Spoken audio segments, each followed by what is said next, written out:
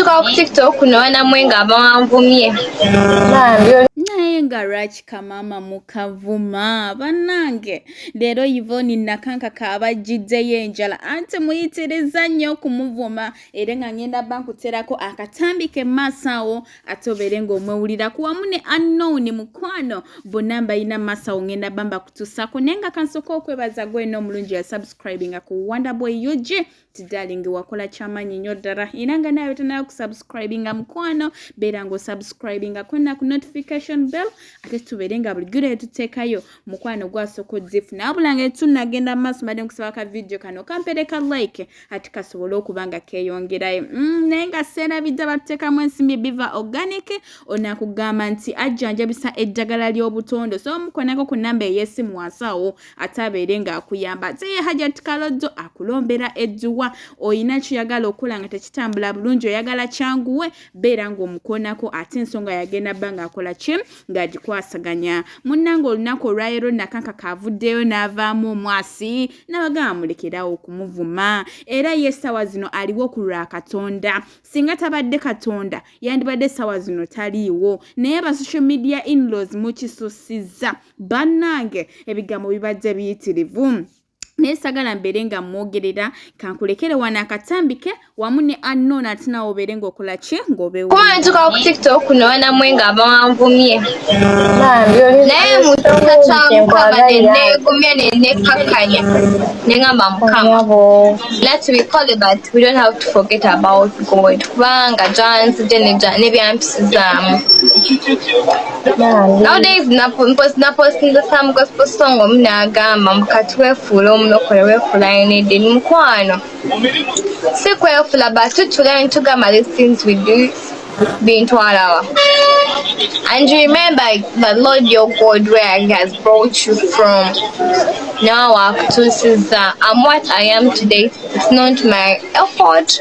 It's not any of a money gang, but to lips for me. Thank you, sugar. It has always been good.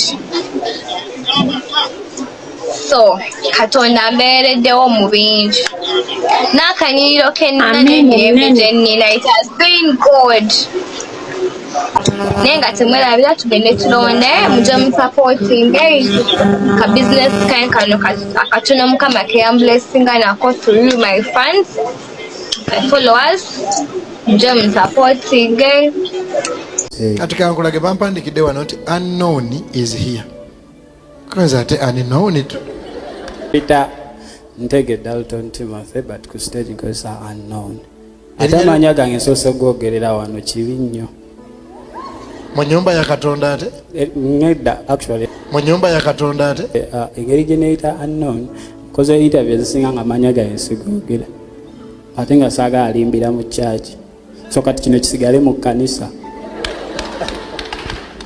Katonda otakuyita ekyo akuyita linnya lyo. So your name is Anknown? Yeah. How old are you? I'm 24. You were still at 24? Yeah, God made me. You are welcome. Thank you. I have just a minute. Chiche webaliza Katonda. Everything from zero up to where I am. I'm thankful. Where is mommy? Mama jali that wakakwata can actually nakula simulina, but then when I go to this ningina ne munonya etukwasaganya wazote ku charge actually nina asatu nine wa mzeje banzala ewange ne church naye natunulamu nga ewakawe stera kugenda we wano church kogwe kanzije atata tetaaga bisomuluzo tusanyusa okukola webale kunyaniriza bannaye kama akuwa mukisa amina naye akayimba ka gospel konna gomanyi yeah asola yesu asola asola yesu asola Katonda wabalina omubiri tewali kimulema asola imba nange Yeah, asobola Yesu asobola Katonda babaino mubiri tewali kimulema asobola asobola Yesu asobola asobola Yesu asobola Katonda babaino mubiri tewali kimulema asobola olaba yasobola nze